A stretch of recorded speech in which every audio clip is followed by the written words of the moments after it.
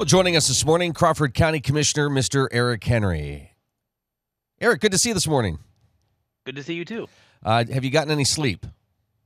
Actually, we did pretty good. I got some pretty good sleep last night, and we actually have a great staff. So we actually get out earlier than usual. Used to be a lot longer, so it wasn't too bad. Kind of give us a snapshot of Tuesday. Of course, Tuesday, this past Tuesday, Election Day. When did everything kind of start for you? What time, and what time did you guys finish up?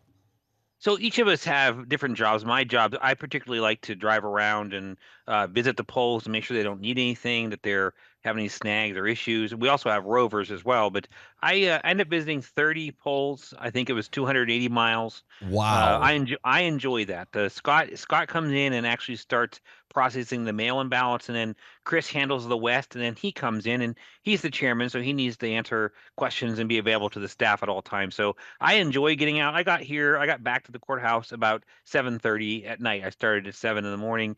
And then we, of course, got the information in the bags back from our poll workers, and then we were able to go home after that.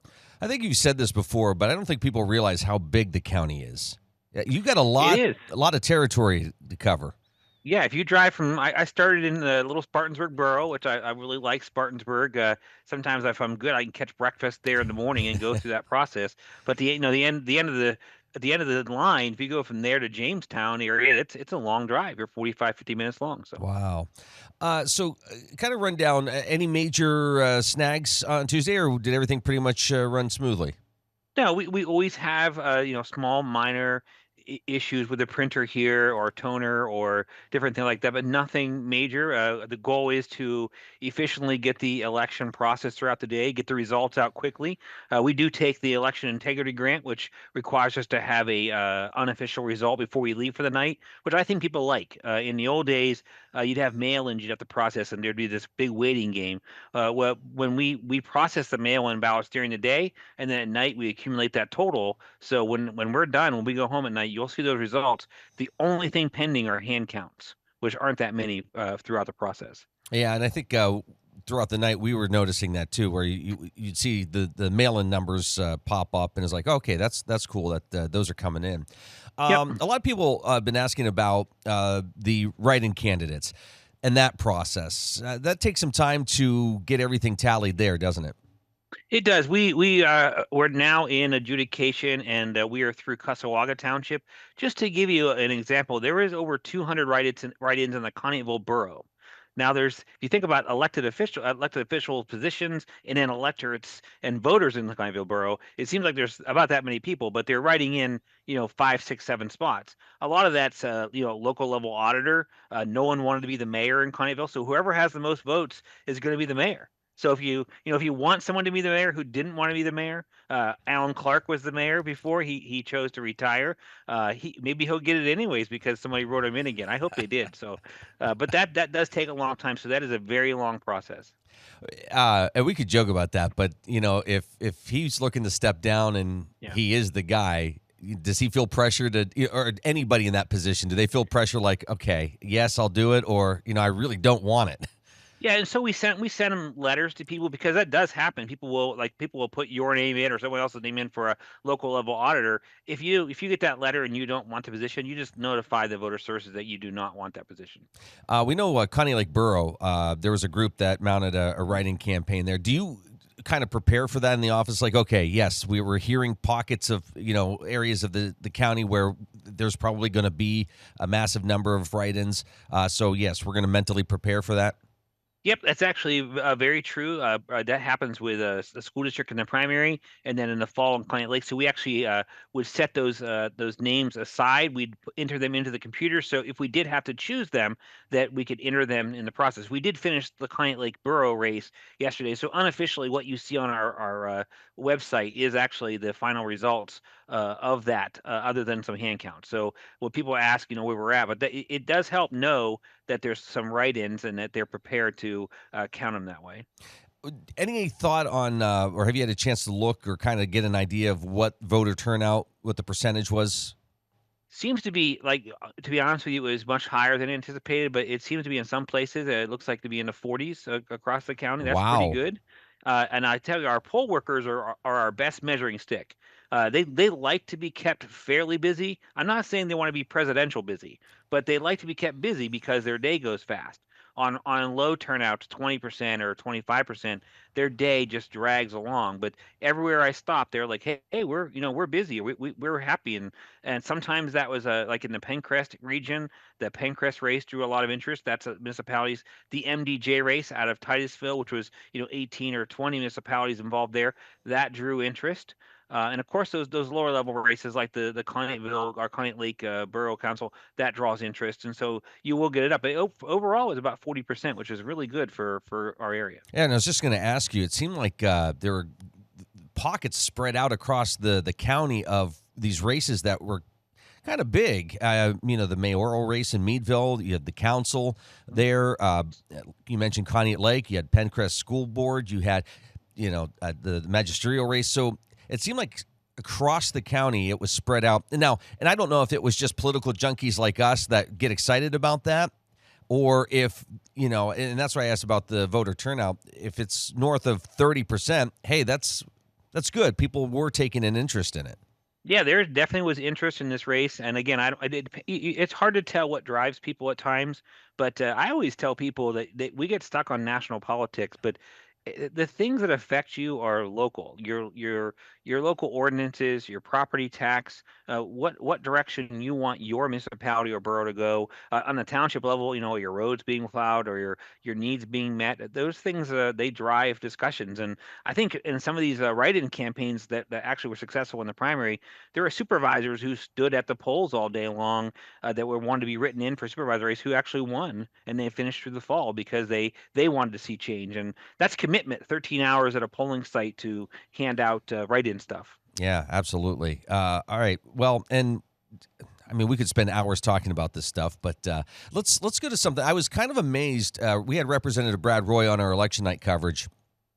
He said only one person asked him about what was going on with the state and the budget. Are you surprised by that? What's your take on that? And what's going on with the county? Because obviously the county's being affected quite a bit now with the stalemate. I can appreciate Representative Roy's having one person. I think multiple people have called his office. We've directed people to do that.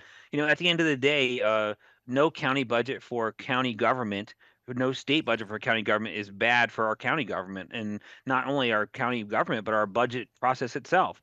So I can appreciate Brad. Only one person asked him, but there are a lot of people concerned. We have a food bank in Meadville who is their shelves are empty and they're getting additional help, which by the way, the community rallied and did a good job. I mean, it is frustrating when we have to handle jobs like CYS and Human Services, and we're 2 quarters out, nine or $10 million that we haven't been paid for, that we have footed the bill for. Now, I will tell you, this Board of Commissioners and the last couple Board of Commissioners, we are able to float our government because of the reserves that we have. We will not be laying our people off. We are going to use reserves if we have to, because it's not fair to our employees to have to suffer at the hands of a budget not being done. I do appreciate Brad in the fact that he has values that he appreciates through the budget process, but I just ask that all three of them get together. All three entities, they just need to get together and get this figured out. It doesn't mean that we all are going to agree. So. Yeah, and I should clarify too. I think he was coming at it as a surprise that only one person had asked him that day, and I don't know where he spent his time. I think he was out and about, but I think the second person to ask him was somebody on our panel. So he was like, that's actually the second time somebody asked me. So again, yeah, I'm not sure if I think that was coming from a place of and I'll give Brad all the credit for one thing I will say about Brad. He comes to every event himself. He shows up. He is very accessible. He takes my phone calls, and I do appreciate that because that's not the case for all legislators. And Brad does. If you're gonna be somewhere at an event that normally Brad would be at, he comes himself, does not send a staff member. So I do respect him for that. And we don't agree, but he actually does talk through everything with me, and I appreciate that. When's the panic button get pushed though from the county? Is there a date down the road that it's like, okay, if this isn't solved by this time, we are going to be in trouble? So we evaluated all of our reserve funds, and what we spend is about $5.2 million a month. To give you an example, if we get through November, and into December, and these folks have not had a budget, then the panic button will be broken and ripped off the wall and thrown across the floor. So we hope that's not going to happen. There is rumblings that there is some discussion that there may be a vote or at least a very serious discussion this week about the budget, and we keep hearing from other lobbyists, from other nonprofits who have been filling us in. But if we get to the end of December, that's a real problem. Yeah, and again, this time of year with the holidays, and we've had folks on talking about the needs and your food pantries, and it's good to hear the communities are stepping up, and I think that's what we're hearing is people are stepping up to help out where they can, but certainly that doesn't fix everything. So, and then the county, what do they actually lose in this? Obviously you've mentioned being fiscally responsible and having a reserve, but are you paying interest? Is there something where the county does lose something the longer this goes?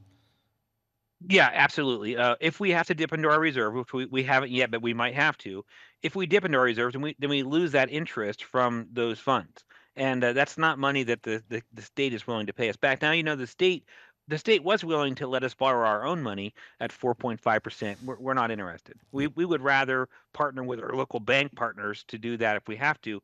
But at the end of the day, it comes down to the interest we could have earned on our reserves. Yeah. Let's do this real quick. You're watching the Morning Drill on Stream TV and on the Armstrong Neighborhood Channel. Crawford County Commissioner Eric Henry with us here this morning. How is it kind of a mind game that this isn't secure yet, but yet you have to work on a budget for next year? It is, and it's tough. And I got to be honest with you, we have a great finance department. When we're done here on this phone call, this conversation, our finance department will be here with our chief clerk, and we review every invoice that's $50 or over. We do that every day, and that's how we've got to where we're at today. And I'll tell you that they're working parallel into the budget. And so right now, the budget is still out, of course. We're going to present something today in our work session and then next meeting. And then we'll have time to obviously make those corrections. But we work really hard on the expenditure side of our budget. To give you an example, next year's budget is actually under this year's expenditure amount by about $1,000. That's unheard of for people, but that's what we do. I mean, we really try to scrutinize those things because that's what people want. They want you to protect their tax dollars. That's what I've said since I've been here 5 years. And this board of commissioners has done a great job. And the prior board, they kind of taught me to do my job. So yeah, I'm proud of them because that's it's hard to say for most government entities to say you actually have less expenditures in the next calendar year. But we still have to deal with the revenue shortfalls and things like that to make it balanced. Yeah, it's quite fascinating. It's always a fun conversation to have. Maybe not fun for you, but I think you enjoy these conversations. I think whether it's local, whether it's state or federal, people are always like, yeah, we got to cut until you say, okay, we're going to cut something in your neighborhood or your backyard. And then It's like, whoa, I didn't mean that. I meant somewhere else in the state. Is that kind of the same conversations you have with people? It sure is. And in generality, people will look at things and run on a race or a campaign or elect someone based on what they think is important. Our idea of trying to trim the budget is we don't want to lose services for people. We're not saying, we're not going to have enough people to process your hunting license or your dog licenses or do your assessment work or your planning work, but we also are smart enough to realize that we have to make sure that this population we have is shrinking, and our tax base is already taxed enough. I mean, school district taxes are not low, and then we try to work with them. So you kind of have to do some, I guess, in my mind, you plug holes where you can. To give you an example, moving the MDJ's office over to the courthouse will save us $100,000 next year. Moving the extension office to a building that we own, that we pay their rent, will save us $90,000 next year. Those are things that we can do without affecting anyone's job, without affecting any process, and still providing good service. And so we're using space we have. Those are great ideas and things we should continue to do. Our goal is really to have zero rent eventually. That's really our goal.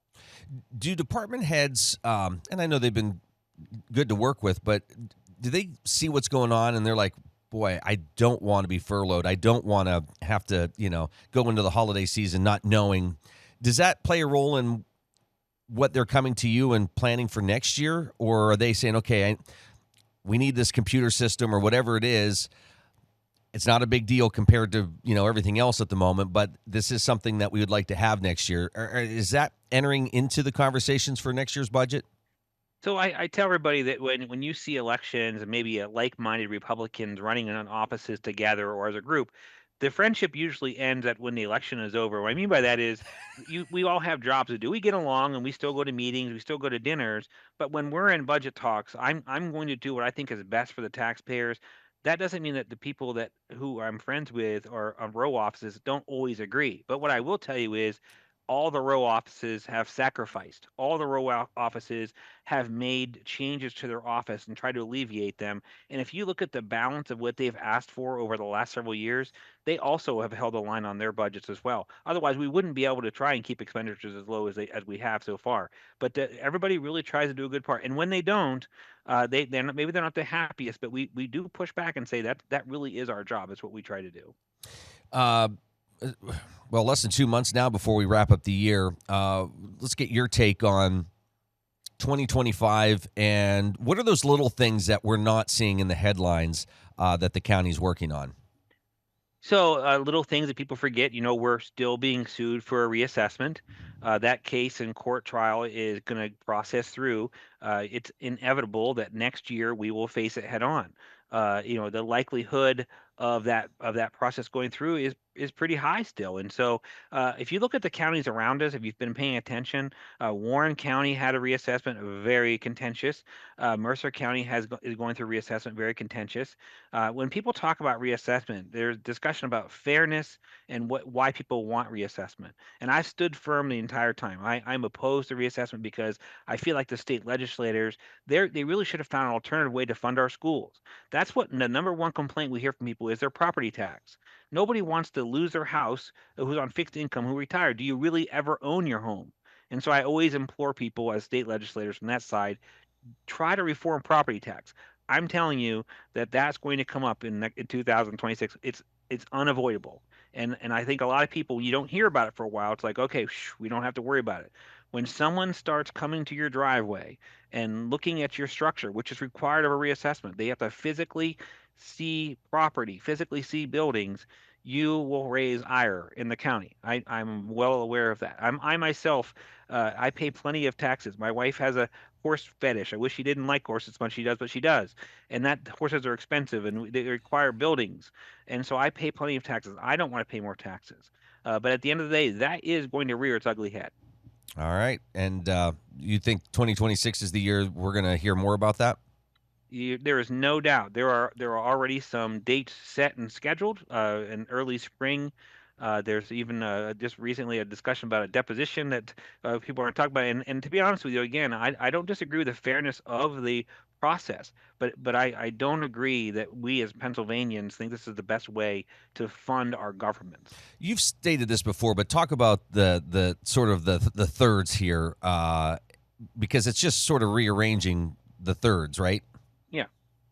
Yeah, so it is it's really common math. I mean, anyone who's done a reassessment, a third of people's property taxes will go up, a third will go down, and a third will stay the same. So that inherently that will tell you that about two-thirds of the people don't want reassessment. If you think about that, that one-third who want it to go down will. The true question is you and I can't predict who that is. So the city of Meadville, they've sued us for this. They want reassessment. They'll tell you it's about fairness, but I'm going to tell you it's about millage space. You're from Titusville, you understand that. The millage in those third class cities can only go so high. When you reassess, you rescramble your millage, which offers you the opportunity to lower your millage and have more ability to raise your tax in the future. That's this is they wouldn't dispute that with me. They can say it's about fairness, but it's really about rescrambling your millage because they're getting to their cap. And I'm not saying there's some of the issues they can't control for that. I agree with them, but that's really what it's about. And so people look at that and they think, well, I don't want to pay more taxes. In some cases, they probably haven't paid what their value is supposed to be paid in taxes through this process, and they're going to find that out. But there is a good appeals process, but it does take a long time. And the appeals process is, you have to get through all the values and through all the issues. But at the end of the day, you're correct. One-third of the people will go up, one-third will stay the same, and one-third will go down. And this would affect the entire county. Every property in the county. Even the exempt properties will be reassessed. It doesn't mean that they'll be obviously put property tax on them, but every property will have to have physical eyes on. Remember, I told you over 1,000 square miles. That's not something you can do in a month, right? Yeah. That takes time. So we have to hire a company. It's going to be $5 to $7 million with zero net return from the county. We are not allowed to make or generate income off a reassessment. All right. Crawford County Commissioner Eric Henry joining us this morning. Good to see you. Thanks for all you do, and get some sleep. Thank you, Luke. Have a good day. All right. Enjoy the holidays, by the way. You too. All right. Thanks. Take care. You too. Bye. Crawford County Commissioner Eric Henry. We appreciate his time and all the commissioners and joining us throughout the year.